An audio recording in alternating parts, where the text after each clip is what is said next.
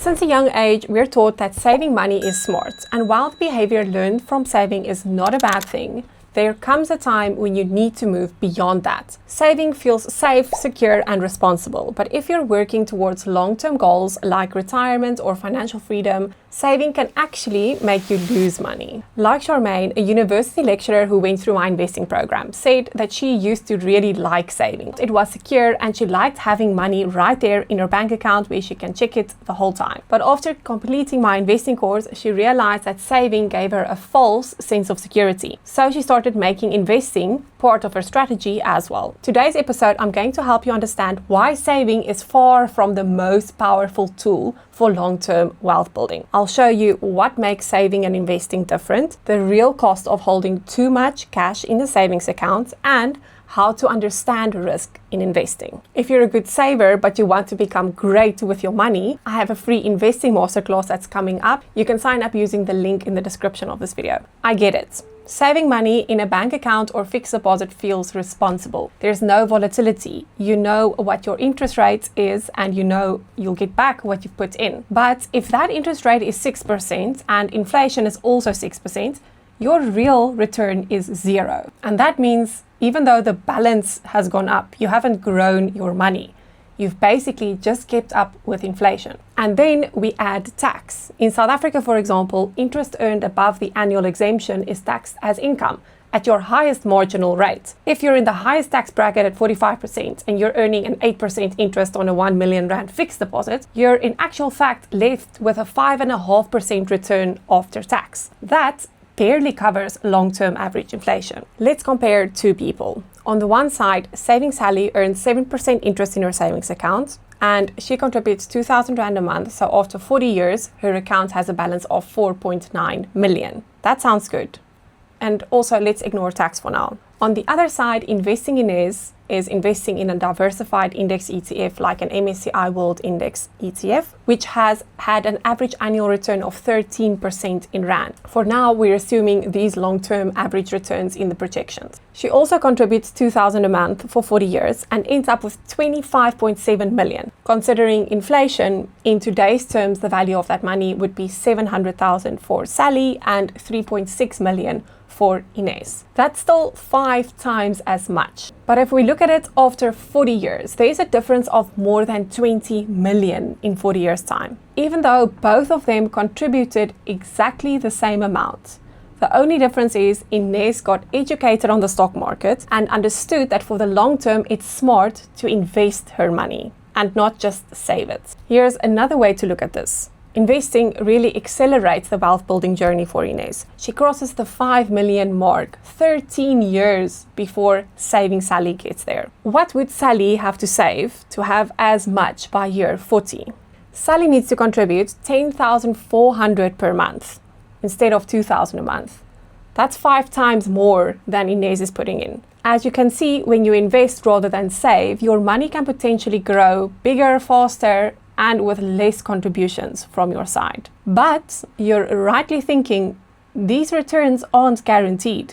The thing about saving and why people get stuck there is that you know exactly what to expect. You don't take much risk. With stock market investing, there is uncertainty, there's no guarantee in returns, and you need to become comfortable with volatility. Morgan Housel, one of my favorite authors, says volatility in the stock market is the price you pay for superior returns. If you can't pay that price, then you can't enter. If stock market returns were guaranteed, stable, and certain, then everyone would hold their money in the stock market, like in a bank. And then the potential for superior returns would not exist. Many people are scared of the stock market until they educate themselves, because it does not have to be stock picking. Actually, I'd advise against that. Timing the market or day trading, which I'm also 100% against. Smart risk means broad, diversified ETFs exposing you to thousands of companies. Getting more educated is the number one thing you need to make investing seem less scary. Join my free masterclass to start empowering yourself. It's linked in the description. Of course, we can't talk about investing without talking about risk.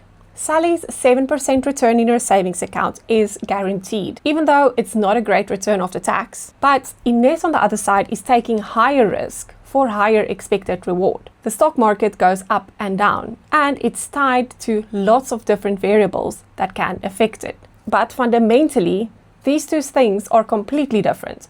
You're not just depositing money with a bank for them to use your money and make profits.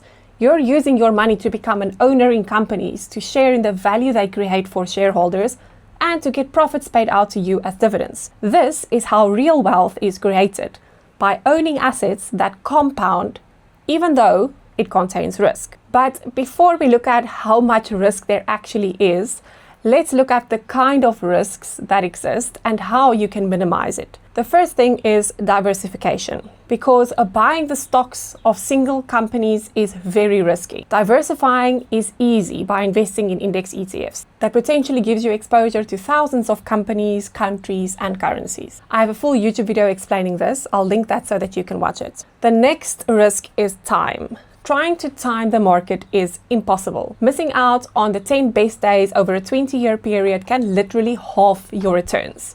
The longer your time horizon, the less risky the stock market is. This looks at S&P 500 rolling returns over 1 to 20-year rolling periods since the 1970s. The S&P 500 is a representation of the US stock market, so it doesn't represent single stocks. So what I want you to see here is how risk or volatility is different when your timeline is short versus when it's very long. Notice how 1 year returns were in the best year positive 60% and in the worst year negative 40%. But the range or the swing decreases as the time increases. This chart looks at the best and worst 10-year period for different indexes like US Treasury, bond indexes, and also the S&P 500. So this looks at data since 1970 and then at all the different 10-year rolling periods that existed during this time and which 10-year period did the best versus which 10-year period did the worst. You'll notice that the best 10-year period returned almost 20% per year on average, and the worst 10-year period was negative 4% per year on average. All the other indexes shown had positive returns over the 10-year period. But notice the S&P 500 return is superior to the other indexes, and this is also because there is more risk attached to it. And if we increase the time period to 15 years, it looks different. Not one 15-year rolling period had an average annual negative return. And the 20-year rolling returns look like this: 6% per year in the worst 20 years and 18% per year in the best 20 years. This is in US dollars, by the way, which cannot be compared to Rand returns without doing a currency conversion, but I'd much rather have 6% in US dollars than 7% interest in Rands in my savings account. But the actual point here is the timing consideration, because this is important, especially for goals that are not far out, depending on how much risk you're willing to take. For goals under 5 years, typically, I wouldn't expose that money to stock market volatility, because clearly the further out your timeline is, the less risk there actually is for you in the stock market. But for any goals further than 5 to 7 years out, depending on your risk, you really need to rethink if holding it in a savings account is a smart thing to do. And it is important to look into these things and understand it. Like Andre, for example, he's a 35-year-old accountant that went through my investing program, which motivated him to look into his investment splits. He realized that 80% of his investments are exposed to bonds or low-risk investments. And once he understood risk and how important it is to take risk for long-term returns, he realized that his 80-20 split was costing him in terms of potential growth and not necessarily protecting him against anything, especially since he's 30 years away from retirement. And after educating himself, he was much more willing to take risk because he understands volatility. So the big takeaway here is that if you're looking at a long-term timeline for any investment, then you need to consider if you're taking enough risk with that investment. People tend to be so scared of stock market volatility, but I hope I've given you some kind of reassurance that if your timeline is long enough, if we look at past returns, then you should be comfortable with taking risk. And learning to deal with volatility really just takes experience, because the biggest risk you can take with your money is taking no risk at all. If your money sits in cash in a savings account, The bank is using it to make profit for themselves. Why will you not rather invest it and get in on the growth too? You don't need to jump straight in to stocks and understand every concept right away. You just need to get started, to keep learning and invest for the long term. Because once you get started, you learn how volatility works. After 2 or 3 years, you become much more comfortable with it. And the last step you can take is to sign up for my free masterclass. The link is in the description. I can't wait to see you there.